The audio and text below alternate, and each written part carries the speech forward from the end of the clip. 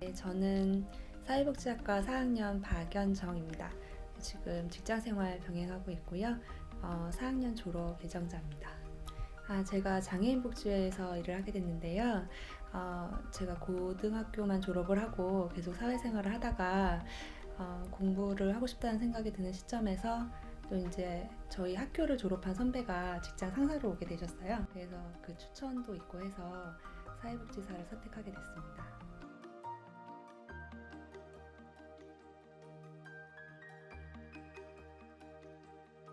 학분의 전공으로 사회복지와 청소년복지를 복수 전공하고 있는데요. 청소년 지도사 자격증을 준비를 하고 있었는데 이미 이제 진행이 돼 있던 과목이 포함이 되어 있어서 유리한 부분이 있었고요. 그다음에 사회복지와 공통전공으로 들어가는 부분이 있어서 더 적은 과목수로 복수 전공까지 하게 돼서 유리한 부분이 있었다고 생각합니다.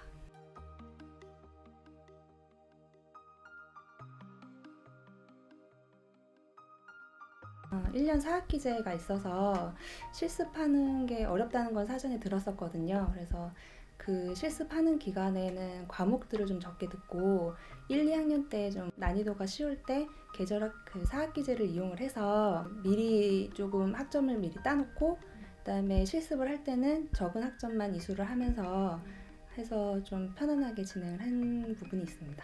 네, 아무래도 조금 일을 마치고 또 가정일을 하고 그 남는 시간에 공부를 해야 되다 보니까 한 번에 너무 몰리면 저는 좀 부담이 됐었거든요.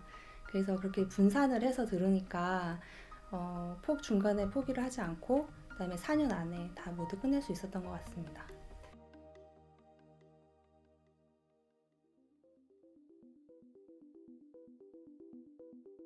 학사학위도 취득하면서 저의 성취감도 이룰 수 있었고요. 미래를 준비할 수 있는 시간이 되었어서 저한테는 너무 소중한 시간들이었습니다.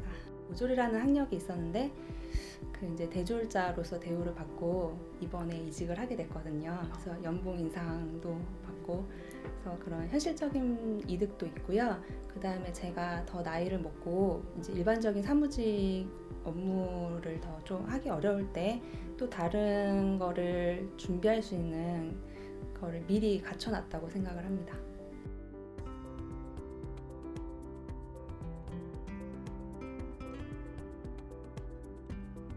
사회복지학부 노인복지 전공 3학년 윤용선입니다. 회사를 다니면서 회사에서 자기 개발을 좀 해야 되겠다.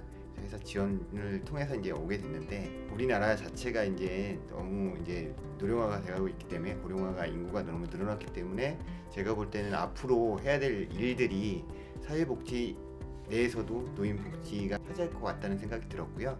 그러다 보니까 어떻게 공부를 해야 되겠다, 어떻게 해야 되겠다는 걸 구체적으로 이제 로드맵을 그리게 됐고요. 그러다 보니까 노인복지 전공을 어떻게 보면 사명감 있게 하고 싶다는 생각이 굉장히 강해서 들어서 요즘에 이제 공부를 하게 되었습니다.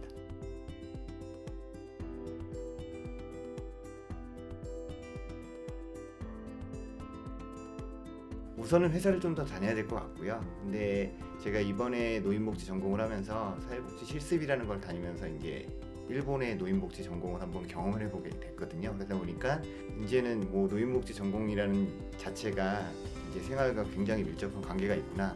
생활 밀착 경험에도 어느 것들이랑도 할 수 있다라는 생각이 좀 되었기 때문에 그래서 제가 앞으로는 이제 계획은 주간보호, 야간보호가 될 수도 있겠지만 그 이외에도 할 수 있는 건 굉장히 다양하다고 생각하기 때문에 좋은 기회가 됐던 것 같습니다.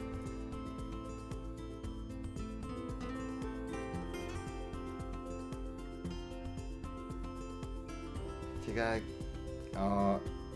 이런 맵을 그리게 됐습니다. 그래서 이게 어떤 맵이냐 하면 저희가 공부를 할 때 어떤 계획을 갖고 있어야 되고 어떤 시간에 어떻게 활용해야 되는지가 굉장히 고민이었거든요. 직장인이다 보니까 이제 공부하는데 굉장히 많은 제약이 있고요. 그러다 보니까 이 맵에 따라서 어떤 부분은 어떻게 해야 되겠다 해서 사회복지사 공부를 하면서 건강가정사는 어떻게 해야 될까, 건강가정사를 하면서 평생교육은 어떻게 해야 될까라는 계획이 나왔고요. 그러다 보니까 순서대로 이제 1년에 1학기씩 계속 계절학기까지 이용해서 계속 이용하다 보니 지금은 이제 3개의 자격증에 다가왔고요. 평생교육만 실습만 남아있는 상태라서 3개의 자격증을 다 취득하게 되었습니다. 일단 사회복지사가 첫 번째고요. 두 번째 건강가정사, 세 번째가 이제 마지막으로 제가 실습이 남은 평생교육사 정도로 생각하시면 될 것 같습니다.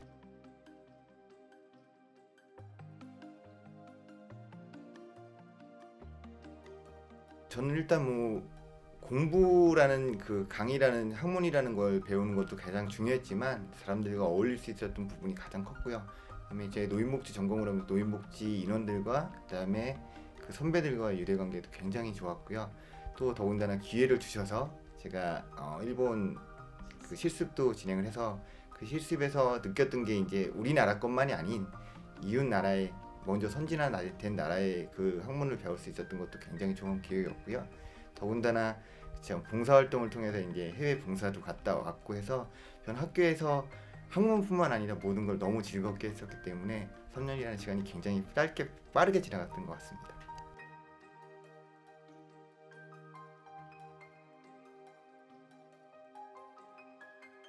사이버대학교 사회복지학부 복지시설 경영 전공 4학년의 김정선입니다. 제가 복지시설 경영 전공을 선택했기 때문에 그에 대한 여러 가지 전문 지식과 기술을 배워서 이후에 작은 시설을 좀 경영하고자 하려고 합니다.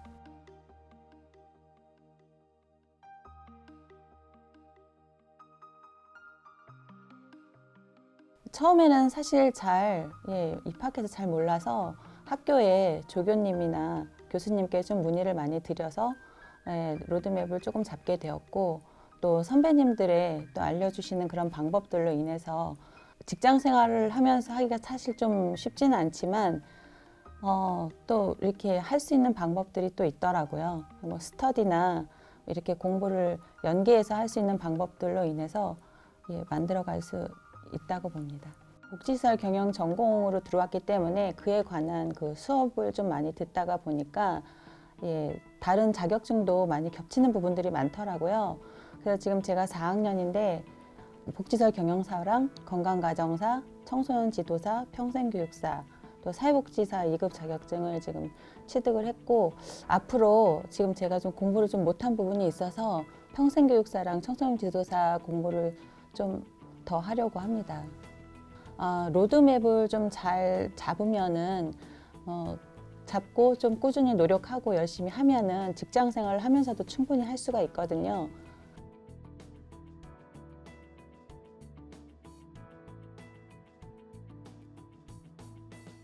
네, 처음에는 그렇게 해서 시작을 하게 되었습니다. 그래서 2학년 때는 멘토를 제가 직접 하면서 또 멘티들을 관리하고 그렇게 하면서 연계하면서 지내왔습니다.